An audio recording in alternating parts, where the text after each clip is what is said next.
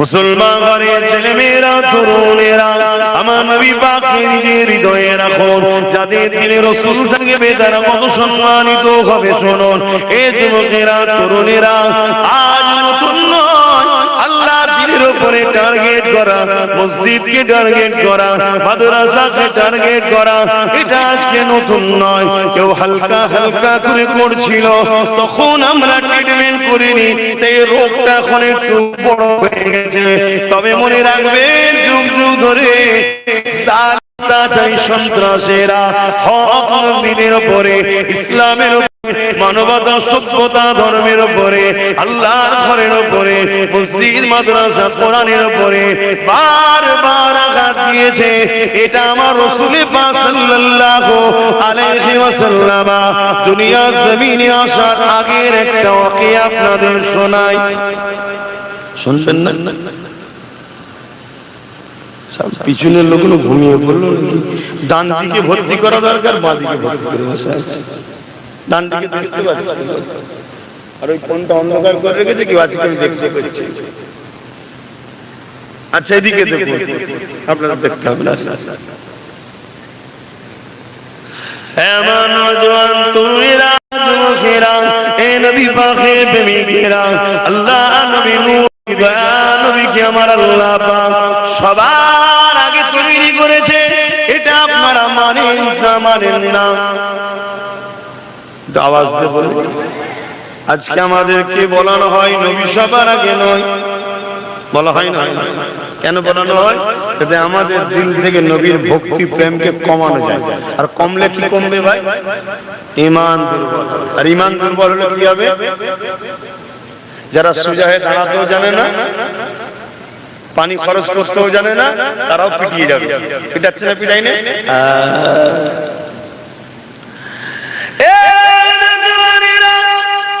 আল্লাহ পাক আমার নবী পাককে সবার আগে তৈরি করেছে।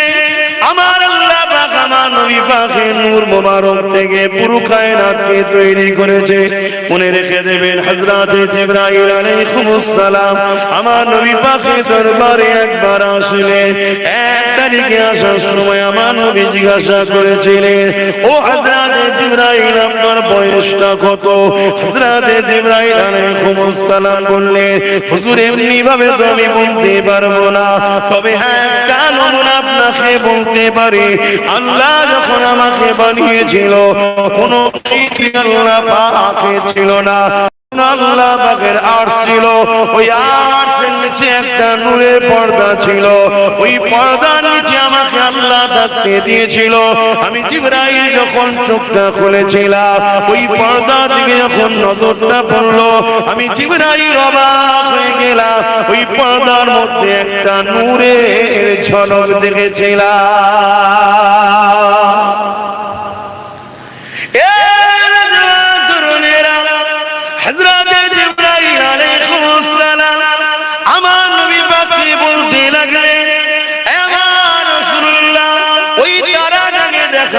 আমি জিবরাইল ওই তারাটার বড় দিবানা হয়ে গেলাম। ওই তারাটাকে বড় দেখার জন্য তামান্না জাগলো, ওই নূরটার দর্শনের জন্য বড় বেচেন হয়ে উঠলাম। কি এমন যেন আকর্ষণ রয়েছে, আমি দেখার জন্য বড় পেরেশান হতে লাগলাম। ইন্তজার করতে করতে একদিন, দুদিন, এক বছর, 2 বছর, এমন করে যেতে যেতে 70,000 বছর কেটে গেল। ইয়া রাসূলুল্লাহ, হাবিবাল্লাহ, তারপরে আবার একবার ওই নূরের চমক দেখতে পেলাম। যুবকেরা, তরুণেরা, হযরত জিবরাইল আলাইহিস সালাম বললেন, ইয়া রাসূলুল্লাহ, হাবিবাল্লাহ, ওই দ্বিতীয়বার দেখার পরে ওই নূরের উপরে আমার টান আরো বেড়ে গেল। আমি দিবানা হয়ে দেখার জন্য মতওয়ারা হয়ে গেলাম। ইয়া রাসূলুল্লাহ, হাবিবাল্লাহ, আবার ইন্তজার করতে করতে 70,000 বছর কেটে গেল। তারপরে আবার একবার ওই তারা নূরের দিদার হলো। ইয়া রাসূলুল্লাহ, যতবার দেখি, দেখার জন্য বড় পিপাসা তত বাড়ে। এইভাবে আমি ওই তারাটাকে 72,000 বার দেখেছি। আর একবার উদিত হওয়ার পর ওই নূরটা ৭২,০০০ বছর পর আবার জাহির হয়। এইভাবে ওই নূরটাকে আমি জিবরাইল ৭২,০০০ বার দেখেছি। আরো জোরে বলুন সুবহান আল্লাহ। আল্লাহ আল্লাহ নবী বললেন, জিবরাইল ওই নূরটা তোমার নবী মুহাম্মদুর রাসূল। জোরে বলুন সুবহানাল্লাহ। কি গো উম্মত, বলবে না সুবহানাল্লাহ? অনেকে সব কথা শুনে আবার বলে, এটা শুনে আমি কি করব? ও বেটা শেষ, ওকে এই জায়গায় আনা হয়েছে বড় প্ল্যান করে, ওকে বড় প্ল্যান করে আনা হয়েছে। কেন কবরের জমিনে 3টে প্রশ্ন করা হবে। মান রাব্বুকা, তোমার রব কে? মা দিনুকা, তোমার দিন কি? আর নবীর বেলায় হুজুরকে দেখিয়ে বলা হবে, ইনি মুহাম্মাদুর রাসূল, ইনার সম্বন্ধে তোমার ধারণা কি নয়, ধারণা কি ছিল দুনিয়ার জমিনে বলো।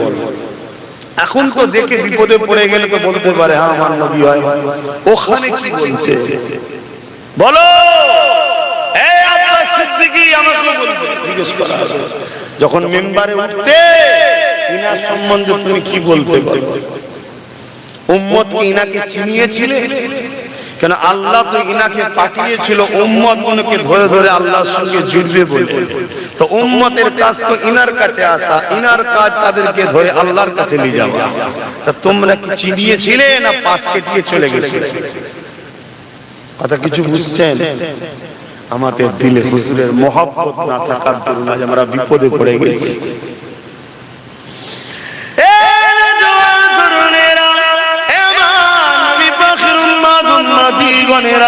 আল্লাহ নবীকে মুহাব্বত করে ভালোবাসে, প্যার করে। আমার রাসূলুল্লাহ শান মর্যাদা আল্লাহ কতটা দিয়েছেন শোনেন। আমার নবী পাক দুনিয়ার জমিনে কিভাবে এসেছিল সবই আপনারা জানেন।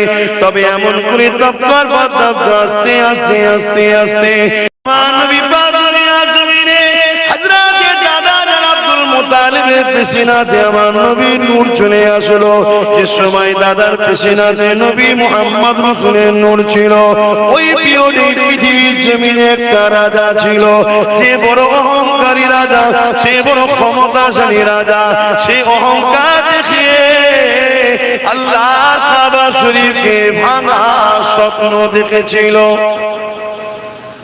আপনারা নাম জানেন বাদশাহ আব্রাহা বাদশাহ। কি নাম? আব্রাহা। মনে থাকবে আপনাদের?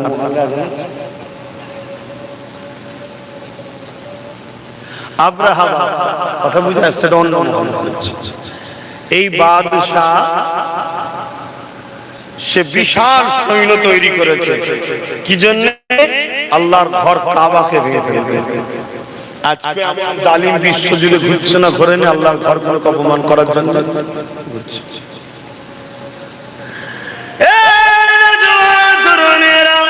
আব্রাহা বাদশাহ বিশাল সৈন্য তৈরি করলো। নাজ্জাশী বাদশাহ গায়ে চিড়ি দিয়ে ওখান থেকে সৈন্য নিয়ে এসে এমন করে বিশাল কাফেলা নিয়ে আল্লাহর ঘর কাবা শরীফকে ভাঙার জন্য আগিয়ে আসতে লেগেছে। এবং আব্রাহা নিজে একটা বিশাল হাতির উপরে চেপে এমন করে কাবা দিকে আগিয়ে আসতে লেগেছে। বিশাল বাহিনী নিয়ে, অস্ত্র শস্ত্র নিয়ে, তীর বল্লম ধনুক নিয়ে, লোহা সজ্জিত করে নিয়ে এইভাবে তারা কাবাকে ভাঙার জন্য মক্কার জমিনের দিকে রওনা দিতে লেগেছে। কিছু দূর আগে আসার পরে শোনো গো, শোনো গো, শোনো গো, ওই আব্রাহা বাদশাহ তার সৈন্যদেরকে নিয়ে একটা ফাঁকা জায়গায় তাঁবু তৈরি করলো। ওই তাঁবু তৈরি করে নিয়ে সেনা প্রধানদের সঙ্গে আলোচনা করতে লাগলো। কিছুতে একটা বাহানা দরকার, এমনি এমনি ডাইরেক্ট কি করে হামলা করে কিছুতে একটা বাহানা তৈরি করতে হবে। বুদ্ধি পরামর্শের মধ্যে উঠে এলো মক্কার মানুষেরা উট গৃহপালিত পশু লালন পালন করে, বিভিন্ন এলাকায় সেগুলোকে চরণের জন্য জন্য ছেড়ে দেওয়া হয়, কখনোকে বন্দী করে নেওয়া হোক, তারা বন্দী যখন করবে তারা এই বাহানে আমাদের সঙ্গে কথা কাটাকাটি করবে। ওই কথা কাটাকাটিতে আমরা তাদের উপরে হামলা চালিয়ে দেব। কথা মতো কাজ হয়ে গেল। মক্কার মানুষের উটগুলোকে বন্দী করতে লাগলো। ওই বন্দির মধ্যে আল্লাহ নবীর দাদা যান হযরত আব্দুল মুত্তালিব হুজুরের 200 উট ছিল। ওই উটকেও আবরাহা বাহিনী বন্দী করে ফেললো। কিন্তু কেন বন্দী করলো? যাতে করে তারা এসে কথা কাটাকাটি করে, এই সুযোগে আমরা লড়াইয়ের একটা রাস্তা পেয়ে যাই। শুনছেন তো? যেমন আজকের আবরাহা বড় চেষ্টা করছে, এটা বাহানা করছে, পায়ের উপরে পা দিয়ে ঝগড়া করছে না, করেন?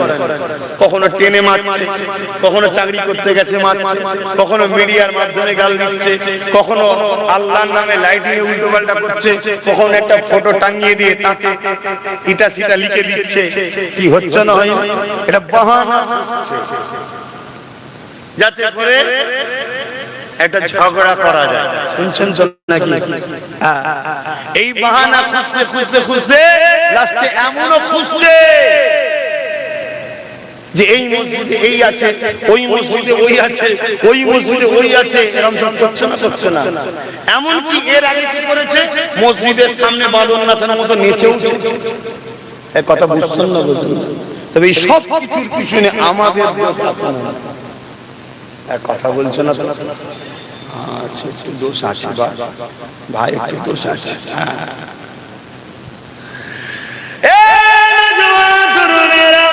কিন্তু অবাক করা বিষয়, 200 উট বন্দী হয়ে গেল। মক্কার মানুষের অন্যদেরও উট বন্দী হয়ে গেল। কোনো ভুরুক্ষেপ নেই, কেউ লোক পাঠায়নি, কেউ খোঁজ নিতেও আসেনি, কেউ কথা বলতে আসেনি। ঠিক আজকে এরকমই হয়েছে, হাজার জায়গায় মারা হয়েছে, হাজার কিছু ঘটনা ঘটছে, আমরা কোনো গুরুত্বই দিইনি। তাই পেরেশান করে যেতে লেগেছে যে কি ব্যাপার, কিছু হচ্ছে না কেন? আবরাহা সেদিন পেরেশানে পড়ে গিয়ে লাস্টে নিজে থেকে একটা দূত পাঠিয়ে দিল। আমার রাসূলুল্লাহর মক্কা জমিনে ওই দূত যখন চলে আসলো, ওই দূত এসে জিজ্ঞাসা করতে লাগলো, এই মক্কা চেয়ারপারসন কে আছে, এই মক্কা দায়িত্বে মেন কে রয়েছে?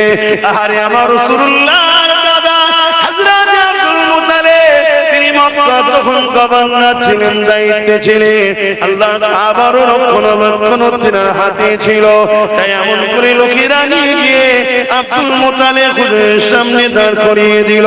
কিন্তু তার আগে একটা ছোট্ট বিষয়, আব্দুল মুত্তালিব হুজুরের ঘরে যখন ওই দুধটা, ওই পিয়নটা যখন ঢুকতে যাবে, যে আব্দুল মুত্তালিবের মুখের দিকে নজর পড়েছে, ওই আবরাহার পিয়নটা, আবরাহার লোকটা, আবরাহার বানানো দুধটা সঙ্গে সঙ্গে আব্দুল মুত্তালিব আমার রাসূলুল্লাহর দাদার কপালে পায়ের কাছে মাথা নত করে সিজদায় পড়ে যায়।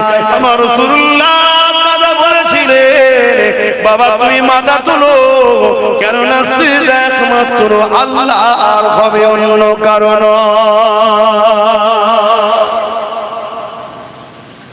রাসূলের দাদার মুখের দিকে যেই তাকিয়েছে, মাথা নত করে সিজদায় পড়ে গেছে। কারণ আগেকার সময়ে রাজাদের কাছে মানুষ মাথা নত করত। শুনছেন তো নাকি? আবার নতুন করে এই সিস্টেম চালু করতে চাইছে। এই সিস্টেমের সবচেয়ে বড় বাধা হয়ে দাঁড়াচ্ছে ইসলাম। ইসলাম এক আল্লাহ ছাড়া কারো সিজদা কি ইজাজত দেয় না। অসুবিধা হচ্ছে নাকি আপনাদের? তোমার রাসূলের দাদা কি বলেছিলেন? সিজদা একমাত্র কার? আল্লাহ। এ থেকে কি বুঝে যাচ্ছে? রাসূলের দাদা বলুন ইসলামের উপরেই ছিল, জোরে বলুন সুবহানাল্লাহ। দ্বীনে ইব্রাহিমে ছিলেন, জোরে বলুন সুবহানাল্লাহ। তখন ইব্রাহিম নবীর দ্বীনের উপরে কায়েম ছিলেন। কথা বুঝা যাচ্ছে? কিন্তু আজ আমাদের কাছে সমাজে কিছু কথা শেখানো হয়, সে কথা হলো কি, যে রাসূল পাক সাল্লাল্লাহু আলাইহি সাল্লামের আব্বা আম্মা জান্নাতি না জাহান্নামী? প্রশ্ন করা হয় না, হয় না? এই এক চক্রান্ত আমাদেরকে যারা মিটাতে চাই তাদেরই অর্থে চলা মুনাফিক দালাল উলামাদের কথা বুঝা আসছে?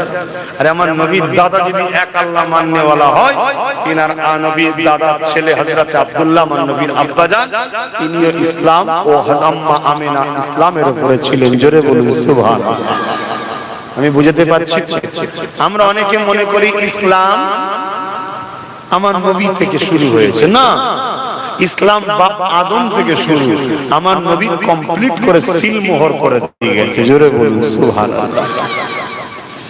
বাবেরা নজওয়ানেরা ওই জায়গাতে আসি, আমার নবী পাকের দাদার কপালে তখন আমার নবী পাকের নূর মুবারক রক্ষিত ছিল। আমার নবী পাকের নূরের চমকেতে এমন করে আব্রাহা বাদশা সেনাপ্রধান এবং তিনার উঠি সিজদাতে পড়ে যেতে লাগলো। অনেক বড় কথা এমন করে বলতে লাগলো, এ আব্রাহা বাদশা লোক বলতে লেগেছে, এ মক্কার গভর্নর, এ মক্কার দায়িত্বে যিনি রয়েছেন আব্দুল মুত্তালিব, আমাকে আব্রাহা বাদশা পাঠিয়েছে এমন করে মক্কার উপরে হামলা করবে। আমাদের লক্ষ্য কাবা ঘরকে ভেঙে দিয়া তোমাদের সঙ্গে কোনো লড়াই করা নাই, তোমরা সাইড হয়ে যাও, সাইড হয়ে যাও, আমরা আসবো কাবাকে ভাঙবো আর চলে যাব, এটাই হলো আমাদের লক্ষ্য। আমার রাসূলুল্লাহ দাদা কি উত্তর দিয়েছিলেন শোনো, তোমার বাদশা আব্রাহাকে যে বলকে যাও আমার 200 উটকে বন্দী করেছে, ওই 200 উটের মালিক আমি, আমার 200 ইট আমাকে ফিরিয়ে দিতে বলো। কাবার মালিক তিনি তিনার ঘর দেখে নেবে। আরো জোরে বলুন সুবহান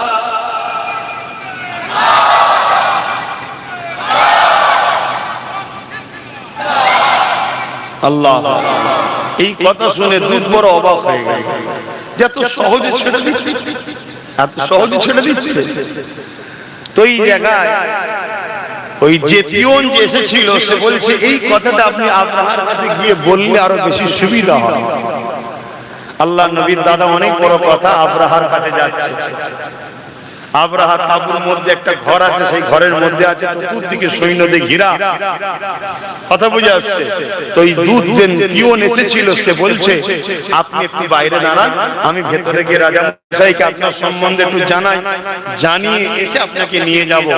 তা ওই আব্রাহার যে পিয়ন ছিল সে গিয়ে আব্রাহাকে বলতে লেগেছে, আরে যিনি আসছেন মক্কা সর্দার এবং ইনার মধ্যে কিছু বাত আছে, একটু সাবধানে আপনি কথা বলবেন।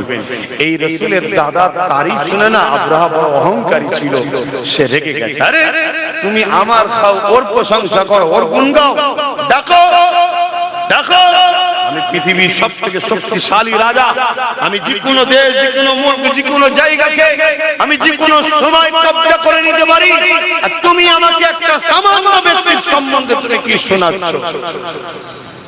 হায় রে বোকা, সে তো জানে না যে কাকে ডেকেছে। যখন আমার নবীর দাদা ঘরে ঢুকছে আর ওই জালিম অত্যাচারী আব্রাহা যেই নবীর দাদার দিকে তাকিয়েছে, নূরে মুহাম্মদ রাসূলের এতে নজর পড়েছে, উঠে দাঁড়াতে লেগেছে। জোরে বলুন সুবহানাল্লাহ। আরো জোরে বলবেন না সুবহানাল্লাহ? আমি আগে বললাম না, দিলে হুজুর রাখেন, জালিম যত বড়ই হোক সে আপনাকে দেখে সম্মান করবে, ঘাবড়ে যাবে। কথা কিছু মাথায় ঢুকছে?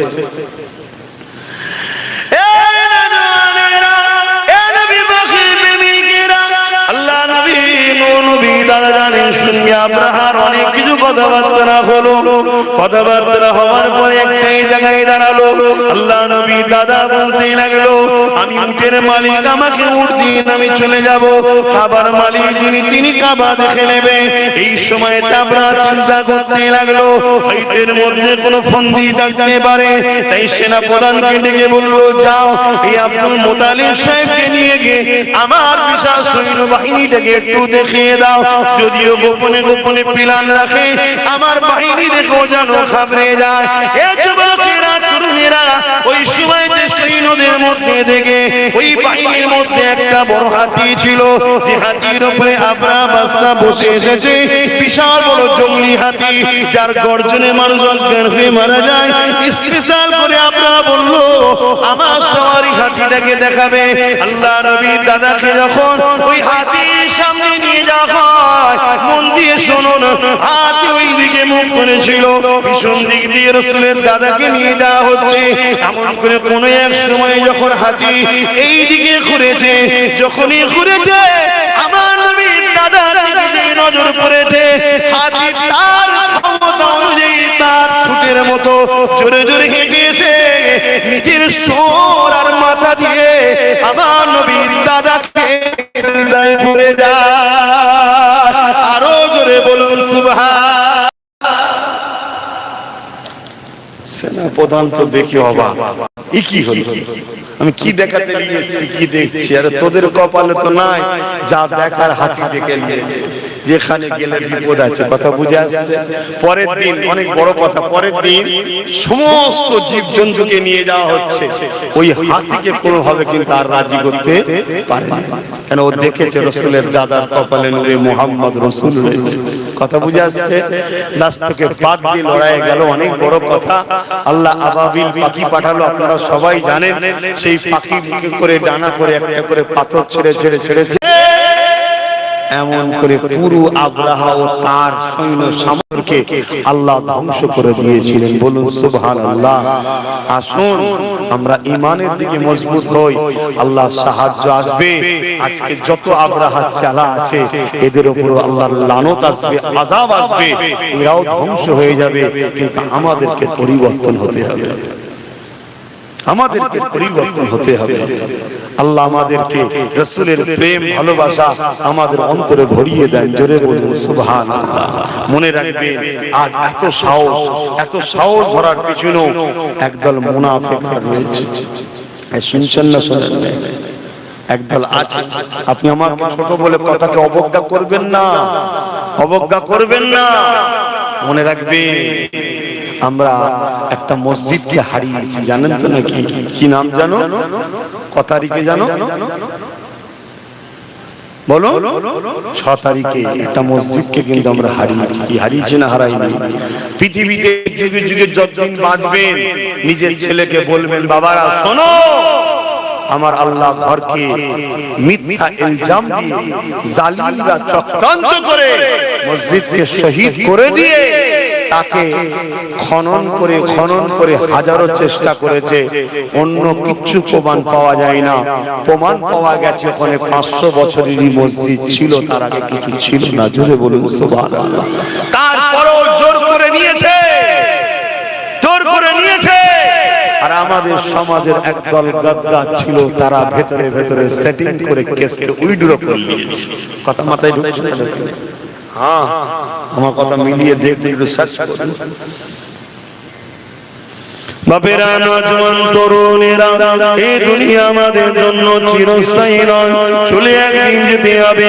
ইসলাম জুলুম করার ইজাজত দেয়নি, জুলুম করাকে হারাম করেছে, কিন্তু নিজের অধিকারকে বুঝে নেওয়াটা ইসলাম ফরজ করেছে।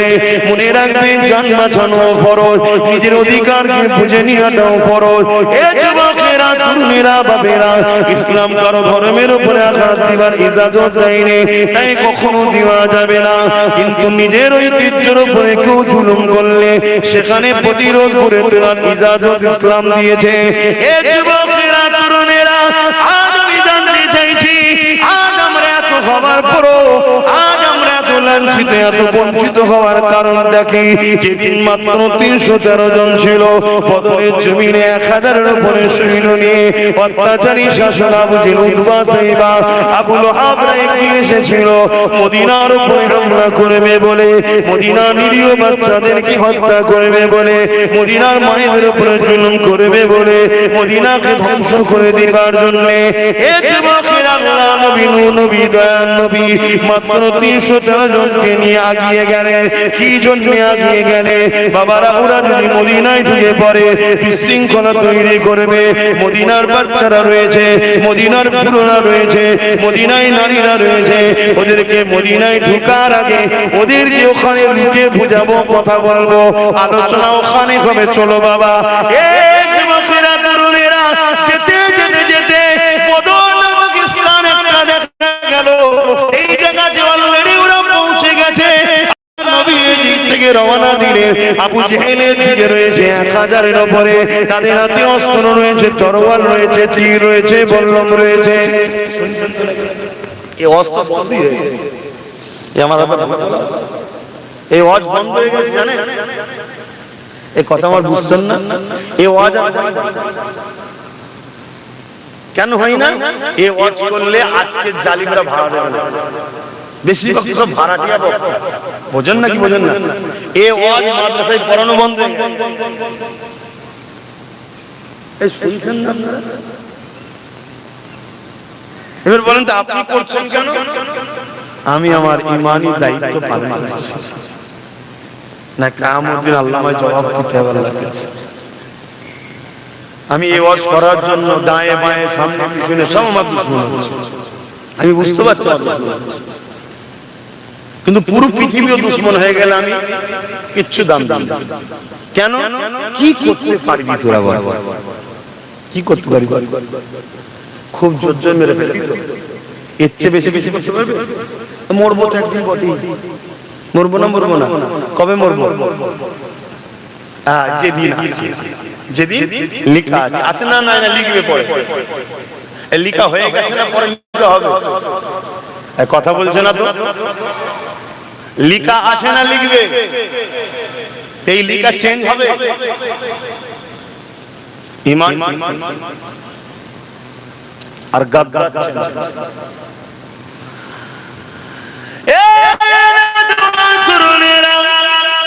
আল্লাহ নবী 313 জনকে নিয়ে আগিয়ে যাচ্ছে, যারা কোনো হাতে অস্ত্র না, ঘোড়া উঠো নাই, খালি পায়েতে মরুভূমির উপর দিয়ে হেঁটে হেঁটে যেতে লেগেছে। এমন করে হাতে খাজুরের ডাল রয়েছে, আর সামনে দিকে যে কাফেলা রয়েছে, যারা কিনা মক্কা থেকে 430 কিলোমিটার দূরে এসে এমন করে আগিয়ে এসে তারা দেখা যায় এমন করে হাতে অস্ত্র রয়েছে, তীর রয়েছে, বল্লম রয়েছে, সব কিছু নিয়ে তারা এমন করে বদর নামক স্থানে হাজির হয়ে গেছে। মদিনার উপরে হামলা করবে বলে আল্লাহ নবী সেখানে তাদেরকে দাঁড় করিয়ে দিলে। এ যুবকেরা, তরুণেরা, বাপেরা, তারা কোনো কথা শুনতে রাজি নয়। তারা বলতে লেগেছে, এই সুযোগে মেরে দে, এই সুযোগে মেরে দে, কেননা আমাদের সংখ্যা 1000 আর মুহাম্মদ 313 জন। আমাদের হাতে অস্ত্র রয়েছে, মুহাম্মদ খালি হাতে রয়েছে, আমাদের হাতে তীর বল্লম রয়েছে, ওদের হাতে খালি হাতে রয়েছে, আমাদের গায়ে লোহার জামা রয়েছে, ওদের গায়ে কোন রকম ভাবে কাপড় রয়েছে, আমরা ঘোড়ার পিঠে ঘোড়ার পিঠে রয়েছি, ওরা তো খালি পায়ে রয়েছে। এই একটা মৌকা, এদেরকে মেরে দে, মেরে দে। আজও কেউ যদি মনে করে এই একটা মৌকা, সব জায়গায় আমরা, সব জায়গায় ক্ষমতা আমাদের, সব জায়গায় আমরা বসে আছি, সামনে আমরা, পিছনে আমরা, উপরেও আমরা, চারিদিকে আমরা, এই সুযোগে মেরে দেই, সুযোগে দেখেলে তাহলে জালিমদেরকে জানিয়ে দিই, মনে রেখে দিও, মারনেওয়ালা থেকে বাঁচানেওয়ালা অনেক বড়। আরো জোরে বলুন সুবহান।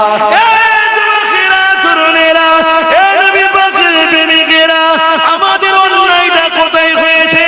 আমরা সব হাত খালি করে দিয়েছি, যা ছিল একে ওকে তাকে দিয়ে দিয়ে শেষ করে দিয়েছি।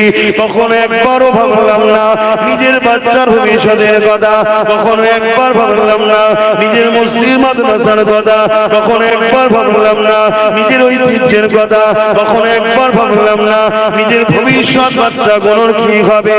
আর দুনিয়ার জমিনে সামান্য ভিক্ষাতে আমরা বিক্রি হতে হতে হতে আজ এমন একটা জায়গায় পৌঁছে গেছি। এ যুবকেরা, তরুণীরা বাবেরা চতুর্দিক থেকে আমাদেরকে মিটাবার জন্য চেষ্টা শুরু হয়েছে, তারপরও কিন্তু বলে যায় চিন্তার কোনো কারণ নেই, শুধু রোডটা চেঞ্জ করে আমার রাসূলুল্লাহর কদমে নিজেকে জুড়ে দাও। মুস্তাফার গোলামের জন্য হাসবুনাল্লাহু ওয়া নি'মাল ওয়াকিল, আমার আল্লাহ যথেষ্ট। আরো জোরে বলুন সুবহান।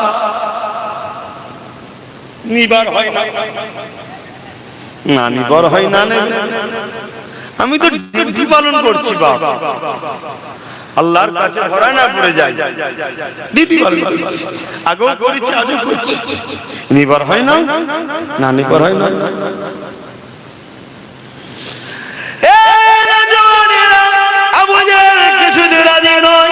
কিছুই বুঝতে চাই না, ও বুঝতে পেরেছে সুযোগে যদি না কাজে লাগা আর সুযোগ পাবো না, কেননা সুযোগ আসবে না। তাই আবু জেহেল রেডি হয়ে গেল, আর আমার রাসূলুল্লাহ আসমানের দিকে মুখটা তুলে বলতে লেগেছে আল্লাহ আপনি যথেষ্ট। এই বলে নবী আমার কাতার সিধে করতে লেগেছে, কাতার সিধে করতে লেগেছে। এ যুবকেরা তরুণেরা, যেমন একজন সেনা কমান্ডারের কাজ ওই নেতৃত্ব রাসূল দিয়ে সোজা করতে লেগেছে, ওই কাতার দেখতে দেখতে দেখা যায় ওই কাতারে দুজন ছোট ছোট বাচ্চা রয়েছে, একজনের নাম মাস আর একজনের নাম মুআজ। এই দুটো বাচ্চাকে দেখে আল্লাহ নবী দাঁড়িয়ে গেলে, বাবারা তোমরা এখানে কি করছো বাবা, এটা কোনো খেলা করার মাঠ নয় বাবা, যাও মায়ের কাছে ফিরে যাও বাবা, এ ময়দান থেকে চলে যাও বাবা, জালিমদের হাতে কত অস্ত্র শস্ত্র রয়েছে বাবা, তোমার মা বড় কষ্ট পাবে বাবা, ঘরের ছেলে ঘরে ফিরে চলে যাও। বাচ্চা দুটো কাঁদতে শুরু করে দিল, ইয়া রাসূলুল্লাহ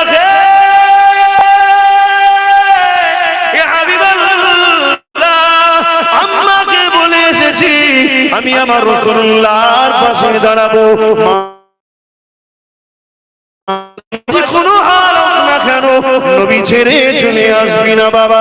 ইয়া রাসূলুল্লাহ হাবিবাল্লাহ, আপনি যদি যান আপনার সঙ্গে যাব, আর আপনি যদি না যান আমাদেরকে বাইরে দেবেন না, আমাদেরকে ফিরিয়ে দেবেন না। এ যুবকেরা ঈমান কোথায়, ঈমান কোথায়, ঈমান কোথায়, কিসের মোহাম্মদ দেখাও, কিসের নবীর উম্মত দাবি করো, কিসের মুসলমান দাবি করো। হ্যাঁ দুনিয়ায় তুমি বললে জানাজা হবে, হ্যাঁ দুনিয়ায় বললে তোমার যাদের কোনো বিশ্বায় পীরজারাও আসবে, হ্যাঁ তুমি বললে হয়তো মুসলমান কোন মনে করে জানা যায় দাঁড়াবে, কিন্তু মনে রাখবে মিনহা খালাকনাকুম ওয়া ফিহা নুঈদুকুম ওয়া মিনহা নুখরিজুকুম তারাতান উখরা বলে যখন মাটি দিয়ে চলে যাবে, এই কবরটা তোমার জন্য জাহান্নামের একটা গর্ত হয়ে যাবে। কেননা জীবনে তুমি আল্লাহ দ্বীনের জন্য কি করেছো বলো। আজকে আমরা সহজ ইসলাম পেয়েছি, সহজে মসজিদ পেয়েছি, সহজে মাদ্রাসা পেয়েছি, সহজে কোরআন পেয়েছি, তাই আজকে আমাদের মসজিদ মাদ্রাসার উপরে দরদ না, আমাদের মসজিদ মাদ্রাসার উপরে কোনো খেয়ালই না। আমাদের খেয়াল হলো বেঈমান জালিম অত্যাচারী কাফের বদমাই নেতাদের গদি কি করে বাঁচবে, এদিকেই খেয়াল। ভুল বললাম, কষ্ট হয়ে গেল, কিচ্ছু আসবে না, কিন্তু সবাই চলে যাও তাও আসবে না। মাদ্রাসা কি করে হবে, হবে না তো কি হয়ে যাবে, যদি মাদ্রাসা না হয় আমার অসুবিধা আছে, কথা বলছে না। এই মাদ্রাসা কি আমার আমার ঘর নাকি, আমার পেরেশান, আমার ঘর হবে না, আমি থাকবো কোথায়, শোবো কোথায়? এ তো আল্লাহর দ্বীনের শিক্ষা দিবার ঘর, এ তো রাসূলুল্লাহর ঘর। তা আল্লাহর দ্বীনের শিক্ষা দিবার ঘর আমি কি করতে পারি? এ তো আল্লাহ করায়, আমার দ্বারা, তোমার দ্বারা, ওর দ্বারা, ওর দ্বারা আল্লাহ করিয়ে নেয়। জোরে বলুন সুবহানাল্লাহ। যার কপাল ভালো হয় সে ফিরে থাকে। এই শুনছেন কি বলছি? আজকে আমাদের ঈমান কোথায়? দুটো ছোট ছোট বাচ্চা, তারা যেতে চাইছে না, উপর দিকে অস্ত্র তরোয়ালে ঝংকার হচ্ছে, একে অপরের তরোয়ালে মারছে, তার একটা আওয়াজ হচ্ছে, ভয় দেখাচ্ছে। কথা বুঝছেন না? আজকে আমাদের ভয় দেখাই না, দেখাই না, কোথায় কি শুনে বেরিয়ে পড়েছে এক দাদা নিয়ে দুম দামের আনন্দ করছে, দেখছেন না? কিন্তু যারা ইমানদার হয় তারা সব ভয় করে, কেন ইমানদাররা মায়ের পেটে যখন ছিল তখন হোসাইন শুনেছে, কোলে কোলে বড় হয়েছে ইমাম হোসাইন শুনে শুনে। জোরে বলুন সুবহানাল্লাহ। কি গো বল, আমরা সব ভয় লাগে না। হ্যাঁ, যাদের ইমান দুর্বল হয়ে গেছে তারা কি হবে সব কি হবে, চলো ওদের শুনে না মিশে থাকলে হয়, যা 2-500 পেয়েছি ওই ঠিক আছে, আজকাল মেরে ফেলবে, কোনো দরকার নেই বাবা, এই ছয় এর সাথে থাকি হয়তো বেঁচিয়ে দেবে। হ্যাঁ জানা বাবা, জীবনে মনে রাখবে জার্সি গরু হোক আর গাই গরু হোক, উজড়ি উজড়ি হয়। কি গো ভুল বললাম নাকি? তুমি যতবার চাই দিয়ে ধোও, পরিষ্কার করো, আর করো, রান্না করে যখন দেবে কি এটা ভাই কথা কিছু মাথায় ঢুকলো আমি কি বলছি? হ্যাঁ বুঝার হয় বুঝে নাও, না বুঝার হলে আর কি বুঝাবো বল। কোদাল দিয়ে যখন কবরে দিয়ে আসবে ফেরেশতা দিয়ে আল্লাহ বুঝিয়ে দেবে ওখানে ভান্ডারে যা।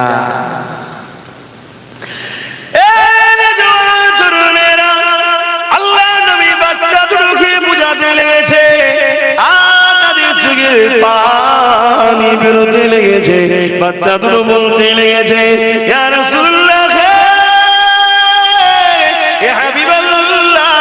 হুজুর আপনি আমাদেরকে এখান থেকে সরিয়ে দেবেন না, হুজুর আপনার সঙ্গে থাকার ইজাজত দেন।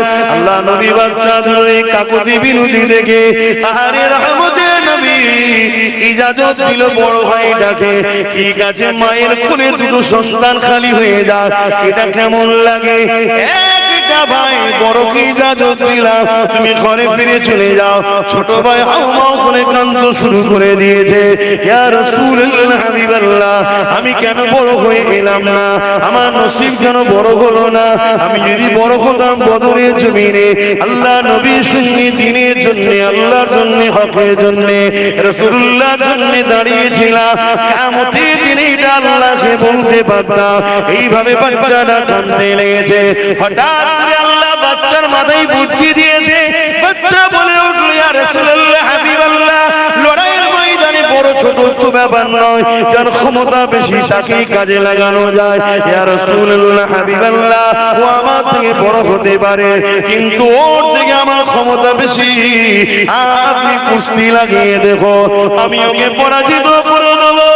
এই যুবকেরা, তরুণেরা, এই যে নেশা, এই যে কান্না, এই যে রাসূলুল্লাহ সঙ্গে থাকার ইচ্ছা একটা, যদি আমি নবীর কাতারে দাঁড়িয়ে তরোয়ারে আমার পথ থেকে কল্লাটা আলাদা হয়ে যায়, কত সুন্দর না হবে। কিয়ামতের দিনে আমি আল্লাহর কাছে পিয়ারা হয়ে বেহিসাব জান্নাতি হয়ে যাব। আরো জোরে বলুন সুবহান। এটাই নেশা তো নাকি? আরে কথা বলুন, এটাই নেশা। আর আমাদের নেশা, আমাদের এই নেশা আছে? আমাদের জান লাগলে, মাল লাগলে আমরা অন্য জায়গায় খরচ করি, অন্য জায়গায় দিচ্ছি, দিনই কি দিচ্ছি, কিন্তু আমরা হকের পক্ষে থাকতে পারছি না। কেন? এর কারণ ওই বললাম, আমরা গুস্তাখে রাসূল হয়ে গেছি, বিয়াদবে রাসূল হয়ে গেছি, তাই আল্লাহ আমাদেরকে নিচ্ছে না, আল্লাহ নিচ্ছেন না। মনে রাখবে, যদি কেউ মনে করে আমরা না হলে ইসলাম চলবে না, আমি এই মুসলমানকে জানাই তোমার ইসলাম সম্বন্ধে ধারণাই নাই, ধারণাই না।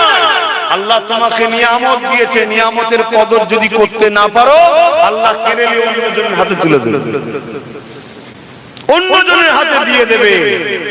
দেখো না, যে বাবরি মসজিদে প্রথম আঘাত করেছিল তাকেই আল্লাহ কালেমা পড়ালো, তার হাতে 100-এর উপরে মসজিদ আল্লাহ বানিয়ে দিল। জোরে বলুন সুবহানাল্লাহ। আরো জোরে বলবেন না সুবহানাল্লাহ? নারে দিবে। তাহলে ইসলামের জন্য আমাদেরকে এগিয়ে আসা দরকার আছে না? কিন্তু আমরা কোথায়? আমরা কোথায় আমার জানা নাই। আল্লাহ কানে মাহফিলে তো অনেক মানুষ এসেছে, আমার মনে হয় এরপরও প্রচুর মানুষ এখনো মানে এইগুলি আড্ডা দিচ্ছে। না না, আমার মনে হচ্ছে ধারণা। তাহলে বলুন আমরা কোথায়?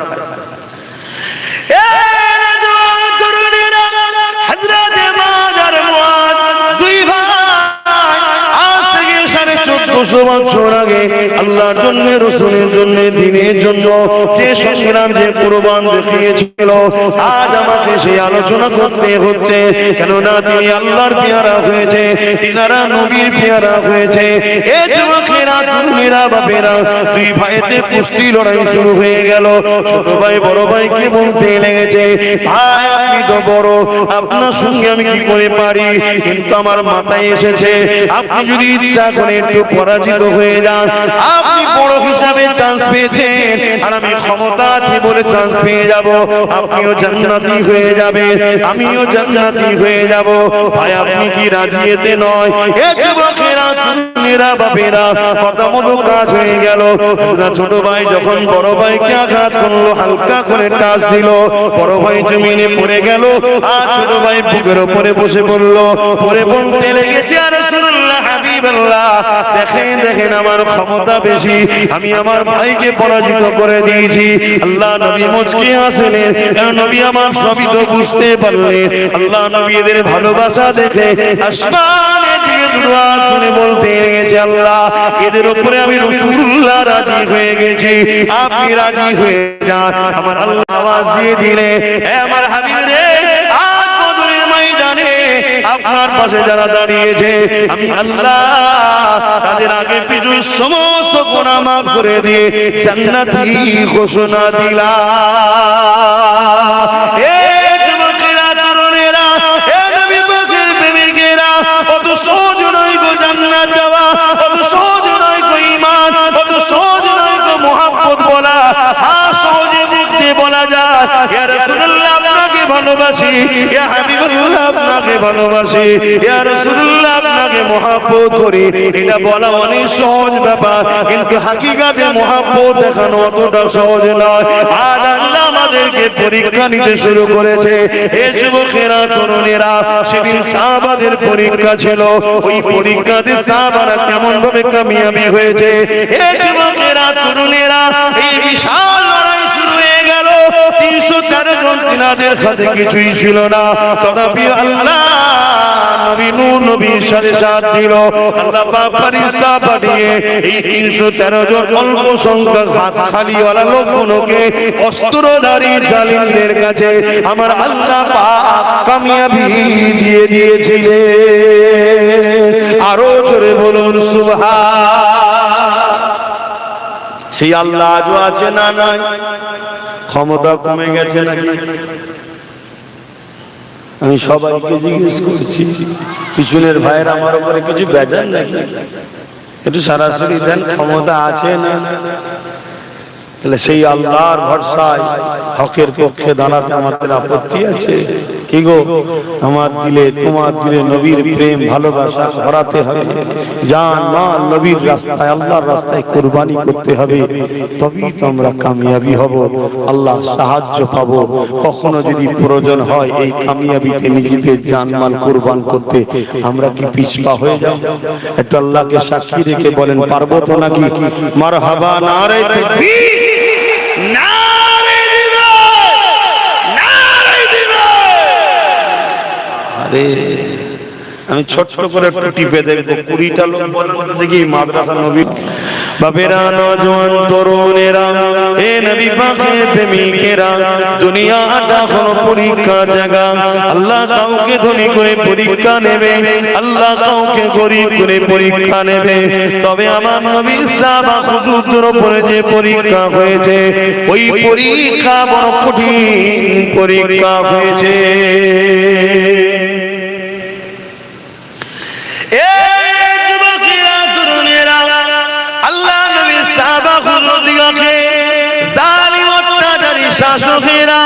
এমন করে জোর করে আল্লাহ থেকে, রাসূলের থেকে, দ্বীন ইসলাম থেকে সরাবার চেষ্টা করেছে। তারা কিন্তু কোনোভাবে আল্লাহ ও রাসূলকে ছেড়ে চলে যায় না। এমন দিন গেছে, আল্লাহ নবীর একজন সাহাবী হযরত খাব্বাব রাদিয়াল্লাহু তাআলা, তিনাকে হযরত ওমর ফারুক হুজুর জিজ্ঞাসা করলেন, ও ভাই হযরতে ও বাবা, শুনেছি নাকি ইসলামের প্রথম সময়ে আপনি ঈমানের কলেমা পড়েছিলেন, আপনার উপরে অনেক জুলুম অত্যাচার হয়েছে, তাই জানতে চাই কি জুলুম হয়েছে? ভাবে নিজের কোমরের অংশটাকে দেখালো। তোমার আমার মনুষ্য জাতিকে সুন্দর করে আল্লাহ বানিয়েছে, এই কোমরের অংশে গোশত দিয়েছে, কিন্তু হযরত নবী সাহাবী খাব্বাব হুজুরের পুরো কোমর খারাপ প্লেন হয়ে গিয়েছিল। হযরত সাহাবী খাব্বাব হুজুরকে হযরত ওমর ফারুক হুজুর জিজ্ঞাসা করেছিল, আপনার এই কোমরের অবস্থা কেন? আল্লাহর জমিনে এরকম কোমর তো কারো দেখি না। হযরত খাব্বাব হুজুর বলেছিলেন, ও আমি যখন ইমানের কালেমা পড়ি, আবু জেহেল উতবা সাইবা উমাইয়ারা যখন পারে আমাকে নিয়ে গিয়ে তারা বুঝাতে লেগেছিল, আল্লাহকে ছেড়ে দাও, নবীকে ছেড়ে দাও, না হয় তোমার উপরে অনেক জুলুম অত্যাচার হবে।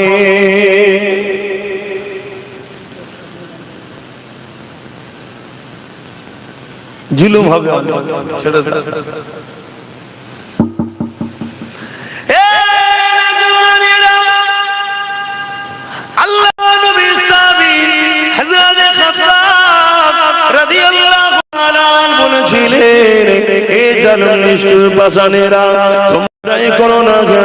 আমরা আল্লাহ রাসূলকে ছাড়বো না, তোমার যেটা পছন্দ তুমি করো, আমার যেটা পছন্দ আমি করছি, আমার উপরে কেন জুলুম করো? না না না না, আজকের জালিমরা যেমন জোর করে মসজিদ নিতে চাইছে, জোর করে মাদ্রাসা নিতে চাইছে, এদেরই পূর্বপুরুষরাও জুলুম অত্যাচার যুগ যুগ ধরে করে এসেছে। এই যুবকেরা তরুণেরা কিন্তু মনে রাখবে, যুগে যুগে হাজারো লাখো আমাদের পূর্বপুরুষরা কুরবানি দিয়েছে, লাখো লাখো কোটি কোটি মুসলমান কুরবানি হয়ে গেছে, কিন্তু দুনিয়া জমিনের ইতিহাসের পাতা সাক্ষী দিয়েছে, কারবালা যখনই ঘটেছে তখনই ইসলামের রনক বেড়েছে। এই যে যুগে যুগে ছিল আছে থাকবে, জালিম যুগে যুগে ছিল আছে থাকবে, তারা মিটে গেছে, কিন্তু ইসলামের অনুসারী যুগে যুগে যুগে যুগে বেড়ে যাচ্ছে। আজ আমেরিকা বলো, ব্রিটেন বলো, ফ্রান্স বলো, জাপান বলো, পৃথিবী জুড়ে আল্লাহ নবীর দিবানা বাড়তে লেগেছে। ইমানের কলেমা পড়ে পশ্চিমা দুনিয়ার মানুষেরা দলে দলে দলে দলে ইসলামের ছায়া তলে আসছে। এই যুবক শুনে রেখে দাও, ইসলাম ছিল আছে থাকবে, একে মিটাবার জন্য কোনো মা সন্তান পয়দা দেয়নি, কেন আল্লাহ এর হিফাজতের দায়িত্ব নিয়েছে। কিন্তু দুঃখ টেনশনের বিষয় হলো, তোমার আমার কর্মের ফলের জন্য তোমার আমার বাচ্চাগুলো দিন পাবে কিনা সন্দেহ, তোমার আমার কর্মের জন্য তোমার আমার বাচ্চাগুলোকে ছোটবেলায় কাফন পরে নিতে হবে নাকি এটাই সন্দেহ, এছাড়া অন্য কিছু নয়। কারণ তুমি আমি ভুল অনেক করেছি, তুমি আমি সারা জীবন বেঈমান মুনাফিকদের পেছনে ঘুরে বেরিয়েছি, কখনো নিজেদের পায়ে দাঁড়াবার স্বপ্ন দেখলাম না, নিজেদেরকে বিক্রি করতে করতে করতে আজ নিজের বাচ্চার ভবিষ্যৎটাও বিক্রি করে দিলা। এই যুবকের আল্লাহ নবী সাহাবী হযরত খাব্বাব হুজুর বলতে লাগলো, ও হযরত ভাই ওমর রে, তারা যখন এই কথা শুনলো আমি আল্লাহ নবী ছাড়বো না, তারা তখন আগুন তৈরি করে ওই আগুনের উপরে আমাকে বসিয়ে দিয়ে তারা তখন বলতে লাগলো, খাব্বাব রে, এখনো সময় আছে, আল্লাহ রাসূলকে ছেড়ে দাও। এই যুবক শুনে রেখে দাও, তোমার যদি একটা আগুনকে সামান্য একটু আগুনের মধ্যে দেওয়া হয়, এটা দিয়ে যা বানাবে তুমি বলে দেবে, কেন তোমার অন্তরের নবীর প্রেম আদব বড় দুর্বল, বড় কমজোর। কিন্তু সাহাবা হুজুরদের উপরে কি জুলুম হয়েছে দেখো, তাদেরকে আগুনে বসিয়ে দিয়ে জিজ্ঞাসা করা হয়, তুমি আল্লাহ রাসূলকে ছেড়ে দাও। এদিকে কোমরের গোশত পড়তে পড়তে পড়তে পড়তে গোশত থেকে দেখবেন পানি বাহির হয়, এই পানিতে আগুনগুলো বন্ধ হয়ে যাচ্ছে, আবার আগুন ধরানো হচ্ছে, আবার বসানো হচ্ছে, আবার গোশত থেকে পানি ঝরছে, আবার আগুন ধরানো হচ্ছে, কিন্তু তথাপিও তারা এত কষ্ট সহ্য করে আল্লাহ ও রাসূলকে ভুলে যায়নি। আরো জোরে বলুন সুবহান। আজকে আমাদের অবস্থা, আমাদের কি হবে? ঈমান মজবুত করো, ঈমান মজবুত করো, আল্লাহ রাসূলকে ভালোবাসো, তবেই তো তোমার দুনিয়াতেও কামিয়াবি আখিরাতেও কামিয়াবি হবে। আল্লাহ নবী জানালেন মান রাদিয়ানহু ওয়ালিদাহু ফালা নানহু রাদি, মা বাপ যার উপরে রাজি আমি আল্লাহ তার উপরে রাজি। এ যুবকেরা, আল্লাহ নবী দরবারে একটা যুবক ছেলে চলে আসলো। আবি উমামা তান্না রাসূলানি ক্বালা ইয়া রাসূলুল্লাহ মা হাক্কুল ওয়ালিদাইনি আলা ওয়ালাদি ক্বালা হুমা জান্নাতুকা নারুকা। ইয়া রাসূলুল্লাহ, ইয়া হাবিবাল্লাহ, মা বাপের উপরে ছেলেদের হক কি? আল্লাহ নবী বললেন হুমা জান্নাতুকা নারুকা। বাবা ছেলেরে, তোমরা যদি মা বাপকে নারাজ করো জাহান্নামী হয়ে যাবে, আর মা বাপকে যদি রাজি করতে পারো আল্লাহ পাক তোমাদেরকে জান্নাতি বানিয়ে দেবে। যে মা বাপ তোমার আমার জন্য কতটা কষ্ট করেছে, এই যুবকেরা তরুণেরা সেই মা বাপকে ভালোবাসো, পিয়ার করো, তাদের দেখভাল করো, তাদের কথা মতো চলো। দুনিয়া জমিনে যাদের রয়েছে দোয়া চাও, আর যাদের চলে গেছে আল্লাহ দরবারে মাগফিরাতের জন্য দোয়া কামনা করো। তাদের কবরগুলোকে জিয়ারত করো। মান যারা কবরা আবাইহি আও আহাদুহুমা ফি কুল্লি জামাআতিন গফারাল্লাহু কুতিবা বাররা। বাপ মায়ের উভয়ের অথবা একজনের কবরটা যে ছেলেটা জিয়ারত করবে আল্লাহ পাক তার কবর তার কপালে লিখে দেবে মা বাপের খেদমতগার ছেলে জাহান্নাম থেকে নাজাত পেয়ে গেছে।